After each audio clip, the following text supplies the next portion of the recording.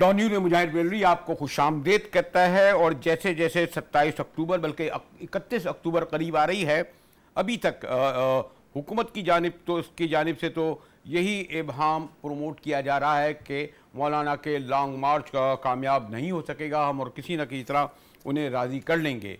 लेकिन अभी मौलाना साहब डटे हुए हैं और उनकी सियासत से लाख इख्तलाफ सही, लेकिन हम जैसे लोग जो जानते हैं उन्हें या उनके उलमाए देवबंद को, वो एक मौक़िफ़ इख्तियार करते हैं तो कितना ही नुकसान हो उस पर कायम रहते हैं। और फिर एक और ज़रा एक नया पहलू मैं देख रहा था। एक ज़माने में हम खाकसारों को देखा करते थे कि वो जो हैं वो मार्च कर रहे होते थे, और फिर कुछ और भी, लेकिन ये जो है मैं गालिबन एक अरसे बाद देख रहा हूँ, और आपको कैमरे की आंख भी दिखा रही होगी कि बाकायदा मौलाना ने सलामी ली और बावर्दी सैकड़ों नहीं, अगर आप दूर तक देखें तो शायद इनकी तादाद चंद हज़ारों में हो, ये लोग जो है बड़ी तैयारियां कर रहे हैं, डंडे भी हैं इनके हाथों में, कश्तियों में भी जाके ये बहुत नारे लगा रहे हैं, और मौलाना को आप सलामी लेते हुए भी देख रहे हैं। ये कहा गया कि जनाब क्या ये आइनी और कानूनी तौर पर बावर्दी मलेशिया का सलामी लेना दुरुस्त है या नहीं, और क्या ये जो अंसारुल इस्लाम जिसको नाम दिया गया है इस पर कुछ लोग कह रहे हैं कि पाबंदी लगाएंगे भी नहीं, लेकिन सिर्फ ये जो आप जत्थे देख रहे हैं जो बावर्दी लोगों को सलामी देते हुए देख रहे हैं, या कश्तियों में और सड़कों पे और गलियों में और मुख्तलिफ शहरों में जो तैयारियां हो रही हैं, और जो हिदायतनामा जारी किया जा रहा है कि अपने साथ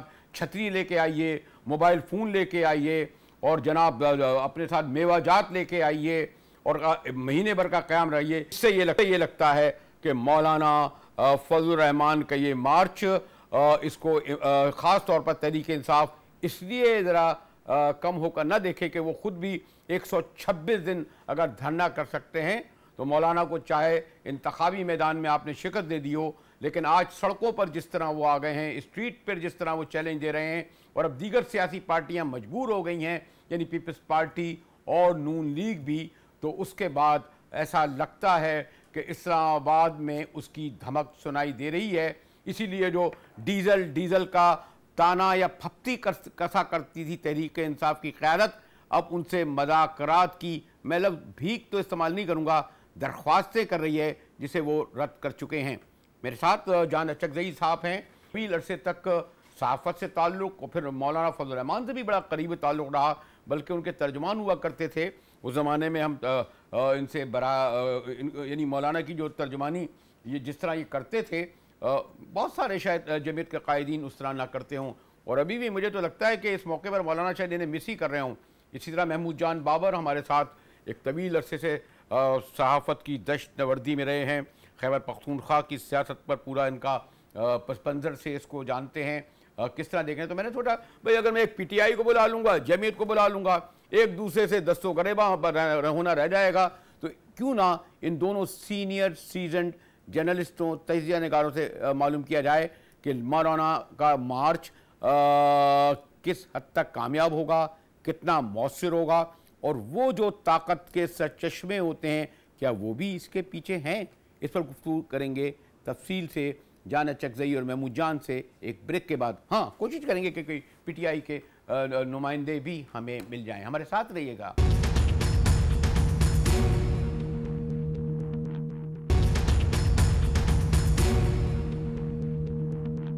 हमने तो अपने कार्ड्स ओपन कर दिए, और अगर कल कुछ होता है फिर आप कहेंगे कि हुकूमत ये कर रही है, वो करे। हुकूमत ने तो वही करना है जो कानून कहता है। हुकूमत ने तो वही फैसले करने जिससे मुल्क में डेडलॉक ना आए। हुकूमत ने वही करना है कि किसी को नुकसान, किसी की जानी नुकसान ना हो, कारोबार को नुकसान ना हो, तो वही फैसला हुकूमत ने करना है। फिर हमें ये अगर नहीं रुकेंगे तो हुकूमत ने अपना फैसला करना है, क्योंकि हुकूमत ने अपनी रेट कायम करनी है। जो हुकूमत खुद खिलाफ आइन हो, जिस हुकूमत का अपना कोई आइनी और कानूनी जवाज़ न हो, वो हमें कानून और आइन के हुदूद बतलाएंगे। लिहाजा उनके साथ हमारे कोई मुज़ाकरात नहीं होंगे। जी हाँ, तो आपने हुकूमत का भी मौक़िफ़ सुन लिया और मौलाना फजल रहमान का दो टोक के मुज़ाकरात की बाज़गश सुनाई दे रही थी।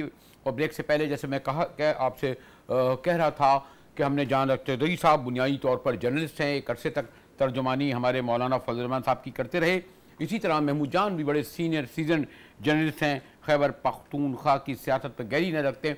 भाई मैंने पहले भी कहा PTI और JOI को बुलाते तो कान पड़ी आवाज़ सुनाई नहीं देती, अगर साथ बैठे होते तो अल्लाह माशाल्लाह बस दस्तों गरेमा होते। लेकिन ये दोनों हमारे बड़े सीरियसली खैबर पख्तूनख्वा और कौमी सियासत को देखते हैं। और हाँ, ये ज़रा सा मैं मुझान ज़रा जान अचगज़ई के पास चलता हूँ कि उस ज़माने में जब मौलाना के तर्जुमान थे तो उनकी कितनी ही तल्ख तुर्श बातें होती थी, लेकिन जान अचगज़ई कुछ इस तरह बयान करते थे कि लगता है कि जैसे फूल झड़ रहे हों जान अचा की ज़बान से उनके बयान को अदा करते हुए। अब मैं मालूम करना चाहता हूँ जान साहब, आपका तजर्बा कैसा रहा? पुख्ता कार सियासतदान हैं, ये जो मज़ाकरात पे डटे हुए हैं, सॉरी ये जो लॉन्ग मार्च पे डटे हुए हैं, लॉन्ग मार्च होगा तो कामयाब होगा। और आपको अब इससे ज़्यादा इल्म है कि जब ये लॉन्ग मार्च हों, ख़ासतौर पर मजहबी तहरीकें हों, अगर ये कोई तहरीक चलाती हैं और इस पैमाने पर चलाती हैं तो दीगर अवामिल और मुहर्रिकात भी पीछे होते हैं। जान अचगज़ई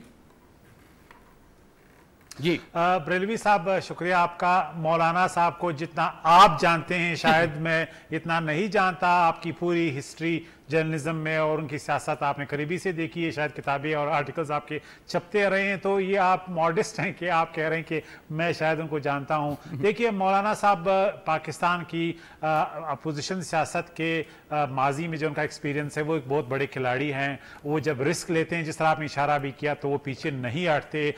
इस वक्त वो बिल्कुल एक डेस्परेट पोजिशन में है। उनके दो बड़े कंसर्न्स हैं। एक तो वो समझते हैं कि पहली दफ़ा उनकी जो कोर कॉन्स्टिट्यूंसी है मदारिस, उनको एक थ्रेट है। हुकूमत जो है रिफॉर्म्स के नाम पे उनकी कोर कॉन्स्टिट्यूंसी को न्यूट्रलाइज करना चाहती है। तो आइंदा जो उनकी जनरेशन है वो शायद ये सियासत फिर ना कर सके जो मजहब के नाम पे मौलाना साहब करते हैं, जिसमें मदारिस का किरदार अहम है। दूसरा, पहली दफा वो एक पावर कॉरिडोर से बाहर हैं। मौलाना साहब पावर पॉलिटिक्स के बेताज बादशाह हैं। अपने 2% हिस्से में उन्होंने हर वक्त बड़ी नुमाइंदगी ली है, फेडरल लेवल, सूबों के लेवल पे। अब पहली दफा शायद वो बाहर हैं। और इमरान खान साहब जो उनके शायद जाती भी उनके साथ बिल्कुल अनबन नहीं है और समझते हैं कि वो एक ऐसे एजेंडे का हिस्सा हैं। अब अगर उनकी ख्वाहिश हो तो लॉन्ग मार्च के जरिए इस हुकूमत को चलता करें। अगर उनकी ख्वाहिश है तो कोई माशाल्लाह बेशक आए, कोई आसमान से कोई आफत आए, लेकिन इमरान खान साहब को किसी तरह चलता किया जाए। जी महमूद जान, आप देख रहे थे ना कि उस वक्त जब ये सब कुछ हो रहा, मियां नवाज शरीफ और आसिफ अली जरदारी साहब वो जेलों में थे और लोग भी गिरफ्तारियां हो रही थी, और हमें मुख्तलिफ जगहों से इशारे मिल रहे थे कि अब मौलाना साहब के और उनके दोस्तों की बारी है। और इन्हें इस बात का पता था कि एक तो खामोशी से गिरफ्तार हुआ जाए और चला जाए और फिर तारीखें बुकती जाएं, जिस तरह मियां नवाज शरीफ बुकत रहे हैं, आसिफ अली जरदारी साहब बुकत रहे हैं, उनके दोस्त बुकत रहे हैं। तो इनको मेरे ख्याल में इनके लिए ये बड़ा आसान था उस वक्त कि ये काम शुरू करते, और इन्होंने ये काम करके ये ऐलान करके अपने से उनको रोक लिया। जो लोग उन्हें गिरफ्तार करने जा रहे थे और जो हम सुन रहे थे बतौर सहाफ़ी कि अब मौलाना साहब को नैब उन पे हाथ डालने जा रही है, ना सिर्फ उन पे हाथ डालने जा रही है बल्कि उनके 4-5 बड़े लोगों पे भी हाथ डालने जा रही है। तो इस तरीके से इन्होंने कम से कम ये तो करके एक उनको अपनी जगह रोक लिया कि हम तो एक बड़ी एक्टिविटी करने जा रहे हैं, और अब अगर आपने हाथ डाला तो हालात की जिम्मेदारी जो है वो फिर से रियासत और उन इदारों पर होगी। तो वो लोग उस वक्त बिल्कुल मोहतात हो गए। तो मौलाना ने अपना पहला टारगेट तो वहां से हासिल कर लिया। दूसरी बात यह है कि ये जो मौलाना साहब के हवाले से कहा जा रहा है ना कि वो आखिरी हद तक जाएंगे, तो बरेलवी साहब आप हमसे ज्यादा समझते हैं कि मौलाना साहब को जब तक एक जगह से रोशनी नजर ना आ रही हो, मौलाना साहब उस सिमत नहीं जाते। आज तक उन्होंने कभी घाटे का सौदा नहीं किया। मैंने आज तक नहीं देखा कि मौलाना साहब ने कुछ ऐसा किया हो कि जिसके बाद जाके वो कभी पछताए हों। आप देखें, हालात में उन्हें रोशनी नजर आ रही है। हालात क्या थे? जो हुकूमत के इकदामात की वजह से बन गए थे। हो सकता है रियासत में कहीं और से इनको रोशनी नजर आई हो सकता है किसी इदारे में से कहीं इनको रोशनी नजर आ रही हो हो सकता है कि लोगों के वो जज्बात देखें, लेकिन मौलाना साहब को कोई रोशनी कहीं से नजर आ रही थी और इन्होंने कहा कि इससे इस वक्त फायदा उठाया जाए। सबसे जो बड़ी बात थी वो ये थी, मेन स्ट्रीम पॉलिटिकल जो लीडरशिप थी मियां नवाज शरीफ की और आसिफ अली जरदारी साहब और उनके दोस्तों की, वो सारे के सारे जो है वो जेलों में थे।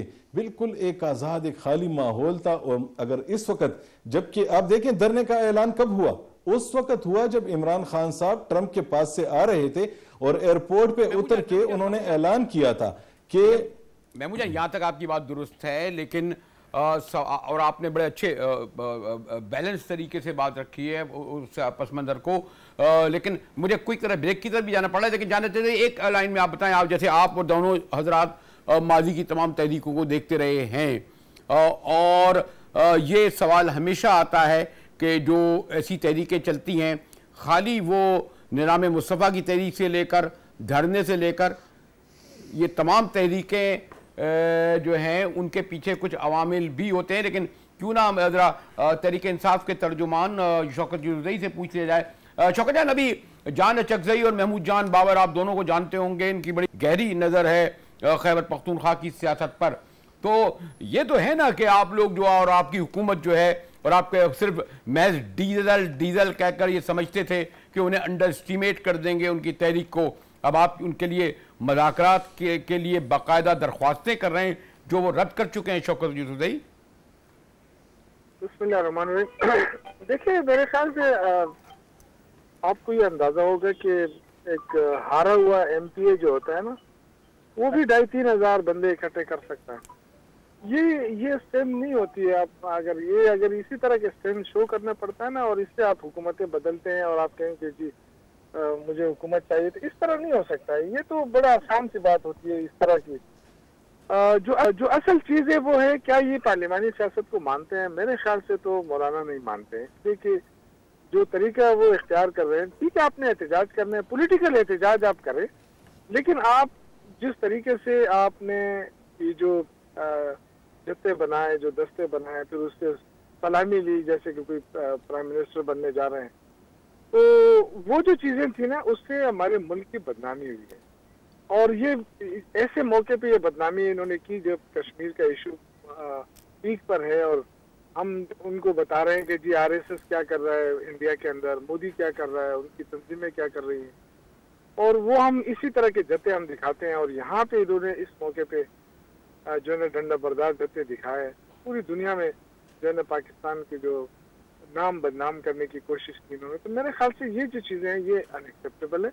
आप एहतजाज करें, आप सियासत करें, इससे पहले भी इन्होंने एहतजाज किए। दूसरी बात ये कि जो बार बार कहा जा रहा है कि जी 15 लाख और पता नहीं 15 करोड़, एक साहब ने तो कहा कि जी 15 लाख नहीं या 15 करोड़ आवाम लेकर आएंगे, तो ये मेरे ख्याल से गोद के बच्चों को भी साथ लेकर आना चाहते हैं। इसलिए कि जो हालिया इलेक्शन हुआ है उसमें तो इनके स्ट्रेंथ का पता चल गया, सबको पता चल गया।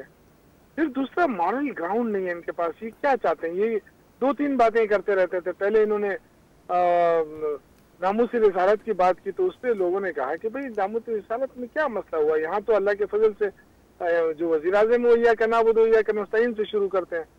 तो वो शौकत जान देखें, शौकत जान निकाल, मैं तो आपको जानता भी हूँ और मैं चाहता भी नहीं हूँ कि वो जो हमारे पुराना ताल्लुक साफियाना रहा है, क्यों ना मैं कहूँ जान एक क्विक, और फिर महमूद जान आप शौकत यूसुफ़ज़ई अभी भी ये कॉन्फिडेंस का मुजाहरा कर रहे हैं कि कुछ 10 लाख 15 लाख लाना आसान नहीं, जानना चाहते आप पूछेंगे शौकत यूसुफ़ज़ई से इस मार्च के हवाले से? पहली बात यह कि मौलाना साहब की जो कोर कॉन्स्टिट्यूंसी है, उनका जो मसल पावर है, वो मदारिस के स्टूडेंट हैं, अपोजिशन की सियासत की उनका बहुत बड़ा एक्सपीरियंस है, मिशनरी को जाम करना उनके लिए बड़ा आसान है। अभी तक हुकूमत की तरफ से तो मुझे कोई ऐसे टैक्टिक नजर नहीं आ रहे कि वो किस तरह हैंडल करेंगे।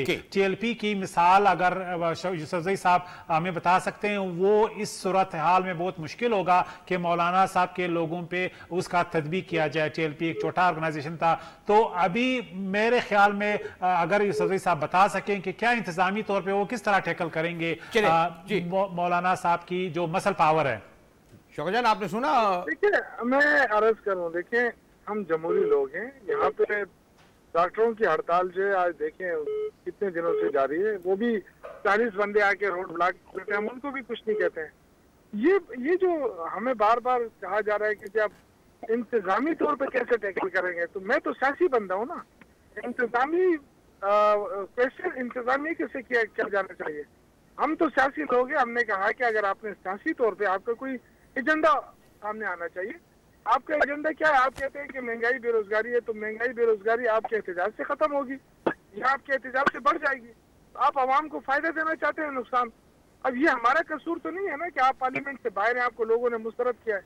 आप अपना गुस्सा जो है, आवाम का गुस्सा हम पे इसलिए उतारना चाहते हैं कि वो इमरान खान ने आपको रिप्लेस किया है, आपके अपने हल्के में उनके लोगों ने आपको हराया है। तो मेरे ख्याल से इनको तो सियासत छोड़ देनी चाहिए थी, बजाय इसके कि जिद करते। ठीक है शौकत जान, मुझे नहीं पता कि महमूद जान जो है, मैं कहना महमूद जान तो आपसे जूनियर सहाफी होंगे, मैं तो आपसे सीनियर हूँ। हाँ हाँ महमूद जान, शौकत जान से क्या पूछेंगे? शौकत जान तो अगर मुझसे जूनियर है, लेकिन आप शौकत साहब की जी शौकत साहब की एक बात से थोड़ा सा इख्तिलाफ करूंगा कि ये कहते हैं हम लोगों को कुछ नहीं कहते, क्योंकि इन्होंने जिन डॉक्टरों के को मार मार के उनके सर खोल दिए थे ना, अभी तक उनके जख्म भरे नहीं है। दूसरी बात यह है कि इन्होंने कहा कि हुकूमत कश्मीर के लिए इस वक्त बिजी है। मुझे ये बताएंगे कि इस वक्त हुकूमत कश्मीर के लिए क्या कर रही है? हमें तो जुम्मे के दिन सिर्फ एक छोटा सा सिंबॉलिक सा एक एहतजाज नजर आता है। अक़वाम मुत्तहिदा का सेशन खत्म हो चुका है, पाकिस्तान की हुकूमत क्या कर रही है? मुझे तो और कुछ नजर नहीं आ रहा। मौलाना साहब की बात पे आते हैं, अगर आप कहते हैं कि मौलाना साहब को ये नहीं करना चाहिए, हम कश्मीर के लिए कुछ कर रहे हैं, हम पूरी कौम मौलाना साहब के सामने अगर बैठ जाएं कि मौलाना साहब आप छोड़ दें, तो हुकूमत बताएगी कि उसके पास प्लान क्या है, कहां लेके जाएगी हम सबको? चले, मुझे एक ब्रेक की तरफ जाना पड़ रहा है, मिलते हैं एक ब्रेक के बाद।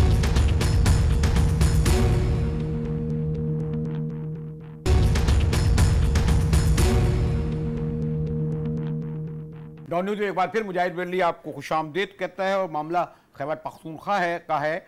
अमूमन जो भी तहरीकें चलती हैं वहाँ मौजूद होता हूँ तो ज़रा ज़्यादा बेहतर सियासी तनाजुर में और पस मंज़र के साथ गुफ्तगू होती है। इसीलिए मैंने सोचा कि जब तहरीक इंसाफ के तर्जुमान बड़े सीनियर सहाफ़ी तो थे ही, अब उनकी क़यादत के अहम रहनुमाओं में भी शामिल होते, जुज़ई से गुफ्तगू कराऊँ अपने महमूद जान और जान चकजई से, जो मैंने कहा ना कि खैबर पख्तूनख्वा की सियासत को बहुत करीब से जानते हैं। जान साहब, ये शौकत चकजई तो ये कह रहे थे कि हम पॉलिटिकल लोग हैं, हम पॉलिटिकली निपटेंगे, लेकिन बहरहाल ये भी तो हकीकत है ना कि जो आप देख नहीं रहे हैं, ये जो जिस तरह पहले खाकसार चला करते थे, बावर्दी सलूट, ये वो डंडे और जो वर्जिशें, ये क्या पैगाम दे रहे हैं? पॉलिटिकल मूवमेंट इस तरह तो नहीं होती ना जिस तरीके से जो स्क्रीनों पर आप बावर्दी मौलाना के जत्थों को देख रहे होंगे। जान चकजई, देखिए, पहली बात तो यह कि सियासी तौर पे मौलाना साहब को इस वक्त डील नहीं किया जा सकता। सियासी तौर पे डील करने का मतलब है उनको कुछ देना है, उनको कंसीड करना है। इस वक्त जो मेरी अंडरस्टैंडिंग है, इमरान खान साहब इस पोजीशन में बिल्कुल नहीं है, न स्टेट ऑफ माइंड में कि वो कुछ भी ऑफर कर सके मौलाना साहब को। और मौलाना साहब को ये भी मालूम है कि इस वक्त जो उनकी पोजीशन है वो अभी तक इतनी काफी नहीं है कि वो कुछ ले सके। उन्होंने एक प्रेशर बिल्डअप करना है। अब अगर सियासी तौर पर आप डील करेंगे तो वो आएंगे, जब वो आएंगे तो इस्लामाबाद में बैठेंगे, डीचओ के कैप्चर करेंगे, क्रिपल करेंगे आपके हाई कोर्ट, सुप्रीम कोर्ट को, सेक्रेटरिएट को। अगर फर्ज करें 1 लाख लोग भी हो तो उनका लेवरेज जो है वो बहुत बढ़ जाएगा और फिर आपको बहुत ही निगोशिएशन के बाद ही कुछ देना पड़ेगा। बेशक भले आप कहें कि आप कुछ नहीं दे रहे हैं, क्योंकि एक लेवरेज के बाद आपके पास और कोई ऑप्शन नहीं रहते।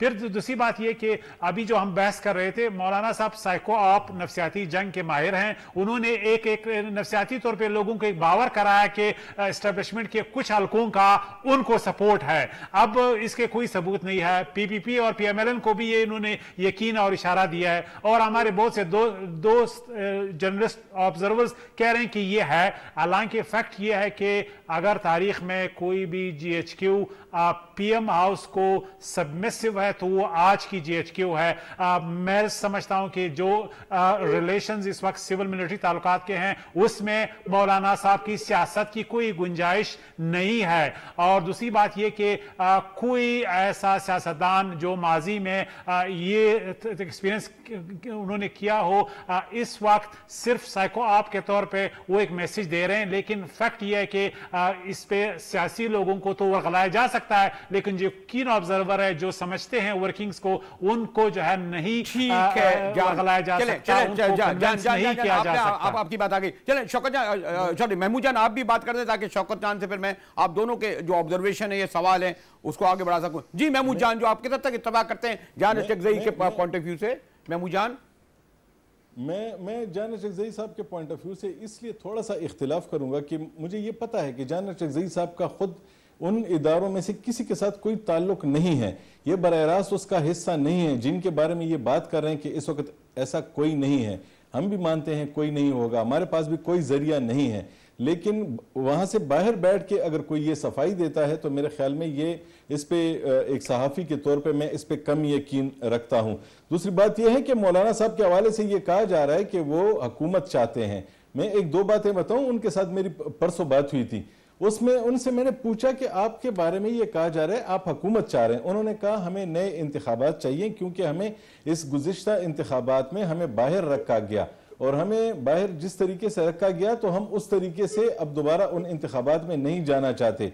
तो एक जो कन्फ्यूजन है वो ये कन्फ्यूजन दूर करनी मकसूद है ताकि ये जो इस वक्त हम डिबेट कर रहे हैं उसमें बात जो है वो ये ना हो कि मौलाना फजल रहमान को इंतखाबात यानी हुकूमत में लेके आना है, बल्कि जितनी भी ये पॉलिटिकल पार्टीज हैं जिन से भी बात हुई है उसमें एक नुक्ता जो वाज़ेह तौर पर सामने आया है वो ये है कि नए इंतखाबात चाहिए और इंतखाबी इस्लाहात के बाद चाहिए। इंतखाबी इस्लाहात का अब हर कोई अपनी अपनी इंटरप्रिटेशन करेगा, लेकिन इंतखाबी इस्लाहात का मतलब सीधा यही है कि अब तक जैसे इंतखाबात हुए हैं ऐसे इंतखाबात नहीं होंगे तो तब हम उसमें हिस्सा लेंगे। अब इस पे जितनी भी आप बात करें उसके 1000 मतलब हो सकते हैं, लेकिन मेरे ख्याल में इस वक्त जो बड़ी बात है वो ये है कि जितने भी लोग हैं वो ये चाहते हैं कि दोबारा इंतखाबात हों और हुकूमत इनको कुछ नहीं दे सकती, ये भी सबको मालूम है। हुकूमत से वो जो मांग रहे हैं इन्होंने बड़ी अपनी डिमांड्स रखी हैं, बड़ी डिमांड्स इसलिए रखी हैं ताकि इस वक्त जो टेम्परेचर है उसे इतना बढ़ाया जाए कि जो मुखालिफ हैं वो खुद ब खुद ढेर हो जाए। अब ये आसाब की जंग है, हुकूमत के अपने आसाब हैं, मौलाना फजल रहमान के अपने आसाब हैं, तो इसलिए अब उसमें जीत उसी की होगी जो अपने आसाब बहाल रखेगा। शौकत जान, क्या तहरीक इस मरहले पर आ गई है कि जो हमारे महमूद जान कह रहे हैं और खैर जान अपने जन के उनके आसाब अभी तक काबू में हैं? बहरहाल जब आप लोग धरना दे रहे थे तो उस वक्त बहरहाल उस वक्त की हुकूमत के आसाब जवाब दे गए थे और एम्पायर की बहरहाल उंगली नहीं उठी थी। कोई एम्पायर का बड़ा जिक्र है, अभी तक कोई एम्पायरों का जिक्र नहीं हो रहा है शौकत जी इस अभी तक मौलाना के इस मार्च के हवाले से। शौकत जान, देखिए पहली बात तो ये है कि मुझे हैरत हो रही है कि किस तरह टीवी पे बैठ के हम इस तरह तस्जिया दे रहे हैं जिसका ना कोई सर है ना कोई पैर है। ये क्या बात हो गई कि जी सारे इलेक्शन चाह रहे हैं तो इसलिए मौलाना फजल रहमान जो है वो ज्यादा टेम्परेचर गर्म करके हुकूमत को ढेर कर सकता है। पहली बात देखें, आसाब की जंग है तो मेरे ख्याल से इमरान खान से ज्यादा आसाबी तौर पे कोई मजबूत नहीं, अल्लाह के फजल से सबको पता है। वो किसी वर्षे में मिले पार्टी बनाकर नहीं आया, उसने अपनी पार्टी बनाई, खड़ी की और जिता के दिखाई और पाकिस्तान की सबसे बड़ी पार्टी बना के भी दिखाई, और वो उसकी वजह से कि उसके आसाब मजबूत थे और उसने हर चैलेंज का मुकाबला किया। अब यहाँ पे हम बैठ के मौलाना को ये कहते हैं कि जी वो हुकूमत नहीं चाहता, वो हुकूमत चाहेगा भी तो किस तरह चाहेगा? या पार्लिमानी सियासत है, जमहूरी सियासत है। पार्लिमानी सियासत में वो अपनी सीट हार चुका है, असफंदियार वली अपनी सीट हार चुका है, वो आके तहरीक चला रहे हैं, 2 करप्शन के उसमें जेलों में बंद है, वो तहरीक चला रहे हैं कि जी हम हुकूमत को गिराना चाहते हैं क्योंकि एहतसाब हो रहा है और क्योंकि एक को पार्लियामेंट से बाहर रखा है इनको। ये किसी की मिरास नहीं है, ये जमहूरियत है और आवाम आज़ाद है, ये जिसको मर्जी है वोट देते हैं। ये हमें इस तरह तड़ियाँ ना दी जाए, ना किसी के कोई अलाकार बन के हमें ये बताना सिखाए कि जी हुकूमत ये करे, हुकूमत वो करे, या इस तरह नहीं कर सकती है तो ऐसा। ये मैं आपको क्लियर कट बताऊं कि हमने जो हिकमत अमली बनाई है वो हमारी अपनी जगह, सियासी लोग हैं, हमने दोबारा कहा है कि जी आप अपना एजेंडा बताएं, आपसे मुज़ाकरात के लिए हम हर वक्त तैयार हैं। आप क्या चाहते हैं? क्योंकि इस मुल्क में तो अफरा तफरी होगी तो मुल्क को नुकसान होगा, मुल्क को फायदा तो नहीं होगा। आप कहते हैं महंगाई है, बेरोजगारी है, तो क्या फजल रहमान आके यहाँ पे हुकूमत गिरा के महंगाई खत्म कर देगा? मुल्क तो और मुश्किलात में फंस जाएगा। ठीक है शौकत जान, मुझे एक ब्रेक की तरफ जाना पड़ रहा है। हमारे साथ रहिएगा, मिलते हैं एक ब्रेक के बाद।